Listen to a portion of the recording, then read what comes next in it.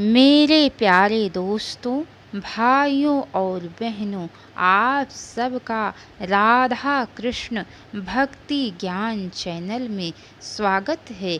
आज मैं आप सबको भगवान श्री कृष्ण के अवतार की कथा सुनाने जा रही हूँ, जो कि बड़ी अच्छी और बड़ी रोचक है, जिसके सुनने से मन बड़ा ही प्रसन्न हो जाता है।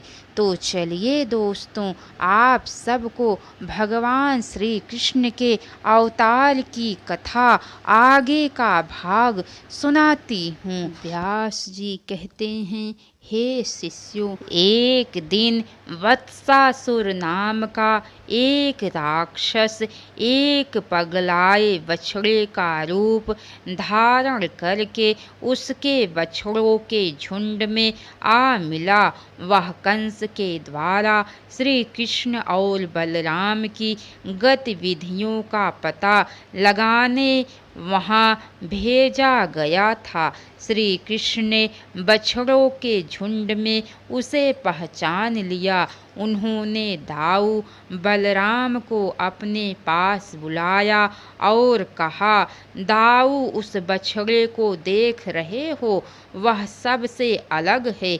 वह निश्चय ही कंस के द्वारा भेजा गया कोई राक्षस है, जो बछड़े के रूप में यहाँ आया है। दाऊ ने श्री कृष्ण की बात सुनकर कनखियों से उस बछड़े की ओर देखा। वे तत्काल उस बछड़े के पास पहुँचे।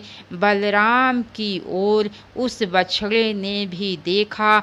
तुरंत वह सिर झुकाकर बलराम की ओर झपटा। इससे पहले ही वह बलराम को अपने सिर की टक्कर मारता कृष्ण ने पीछे से उसकी पूंछ पकड़ ली और उसे अपनी ओर खींच लिया। उसी समय नीचे झुककर बलराम ने उसके दोनों पैरों को पकड़कर ऊपर उठा लिया और उसे जोर से घुमाकर दूर एक चट्टान पर फेंक दिया। चट्टान से टकराते ही उसकी जान निकल गई। वह अपने असली रूप में आ गया। लहूलुहान उस विशाल राक्षस की मृतदेह देखकर सारे ग्वाल बाल आश्चर्य में भरकर उसकी ओर देखने लगे और कृष्ण बलराम की प्रशंसा करने लगे। कृष्ण ने उन्हें फिर से खेल में लगा दिया। इसी तरह वे बन बन भटकते रहते और खूब आनंद मनाते। सब मिलकर एक साथ अपना खाना खाते और यमुना नदी पर जाकर पानी पीते। बकासुर का वध। एक दिन सभी ग्वाल बाल अपना भोजन करके अपने बछड़ों को पानी पिलाने यमुना के किनारे पहुँचे तो वहाँ उन्होंने एक विशाल बगुला देखा। वह बकासुर नामक दैत्य था, जिसे कंस ने कृष्ण की टोह लेने के लिए भेजा था। जब सभी ग्वाल बाल जल पीकर उसे आश्चर्य से देख रहे थे तो उसने झपटकर कृष्ण को अपनी तीखी चोंच में पकड़ लिया और निगल लिया। उसे ऐसा करते देख वहाँ हाहाकार मच गया।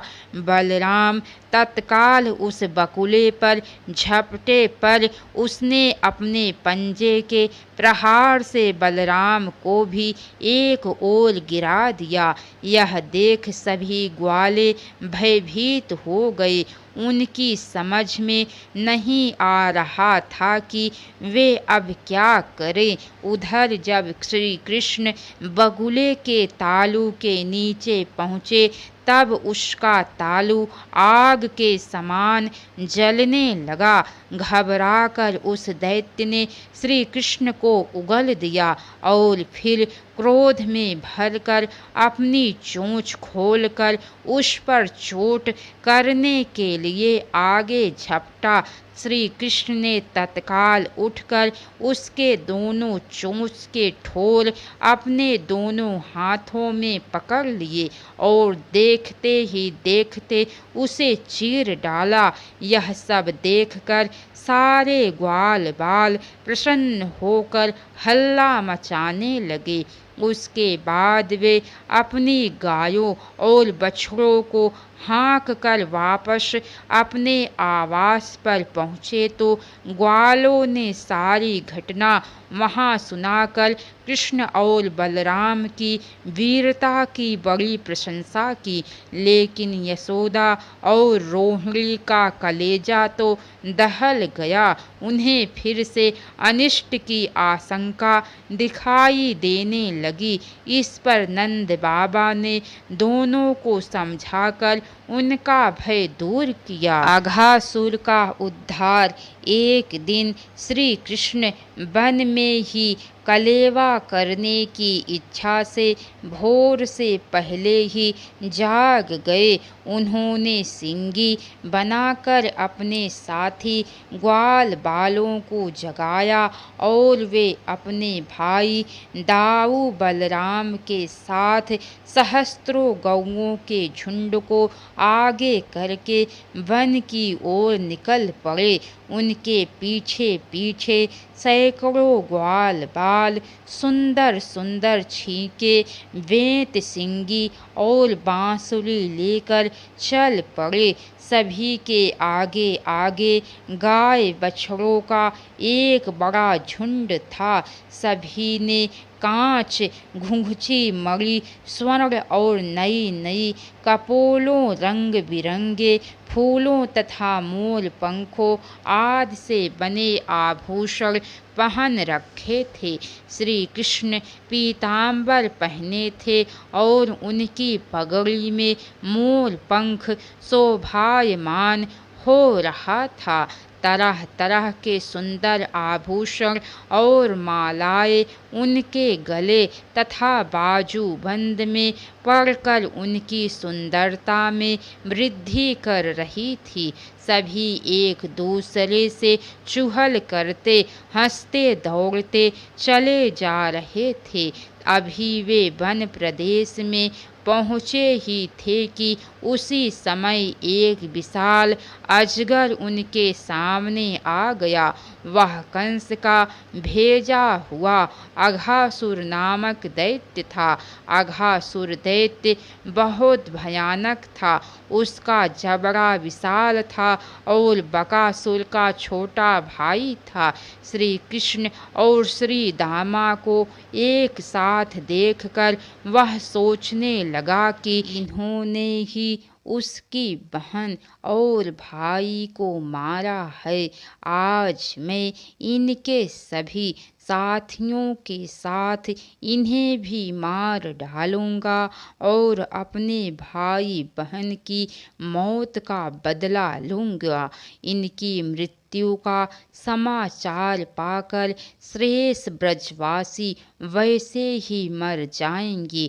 वे इनकी मौत के दुख को सहन नहीं कर पाएंगे।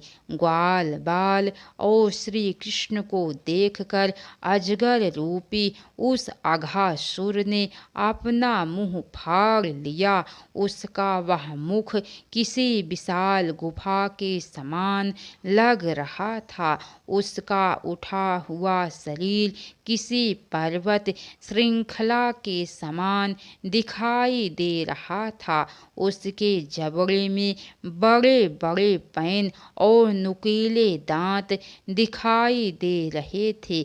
उस अंधेरी गुफा से बाहर आती उसकी लाल लाल जीभ धरती का स्पर्श करते हुए भीतर जाने के लिए ढलवा सड़क सी प्रतीत होती बढ़ती थी। उसकी सांसें ग्रीष्म ऋतु की भीषण तप्त आंधी सी लग रही थी। अघासुर का ऐसा रूप देखकर ग्वाल बाल उसे वन की ही एक शोभा समझकर उसकी जीभ पर चढ़ गए और अपने लाठी डंडों के साथ उसके तालू को ठक ठकाने लगे। उसके उस प्रहार से वह दैत्य तिलमिला गया और उसने तेजी से अपना मुख बंद करके उन्हें निगल लिया। श्री कृष्ण जब तक उन्हें चेतावनी देकर रोकते तब तक वे तो उसके पेट में पहुंच गए थे। उन्हें पेट में डालकर अघासुर ने फिर अपना मुंह फाड़ा। कुछ दूर पर खड़े श्री कृष्ण अपने भ्राता दाऊ से कह रहे थे, दाऊ, मुझे इन ग्वाल बालों को बचाने के लिए क्या करना चाहिए? अगर यह उन्हें अपनी जठराग्नि में डालकर पचा गया तो फिर से उनके जीवित रहने की संभावना नहीं की जा सकती। देर मत करो कान्हा। बलराम बोले, हमें तत्काल इसके मुंह में प्रवेश कर जाना चाहिए। हाँ दाऊ, यही ठीक रहेगा, कृष्ण ने कहा और दौड़कर उस दैत्य के मुख में घुस गए। उनके साथ ही बलराम ने भी उनका अनुसरण किया। अघासुर तो यह चाहता था उसने और बलराम को अपनी डाढ़ों के बीच चबाकर खत्म करने की सोची। उसी समय श्री कृष्ण ने अपना शरीर फैलाना शुरू किया और वे उसे बढ़ते चले गए, यहाँ तक कि अघासुर के लिए अपना मुंह बंद करना भी कठिन हो गया। उसका गला रुध गया, आंखें उलट गई, वह व्याकुल होकर छटपटाने लगा। उसकी सांसें रुक गई और प्राण पखेरु उसके उड़ गए। शरीर तो तोड़कर बाहर निकल गए। उसके शरीर के फटते ही सारे ग्वाल बाल बाहर निकल आए। श्री कृष्ण और बलराम भी अपना रूप छोटा करके उनके मुख से बाहर निकल आए। उनके बाहर निकलते ही अजगर के शरीर से एक तेज प्रकाश निकला और एक विशाल राक्षस के रूप में परिवर्तित होकर आकाश में गुम हो गया।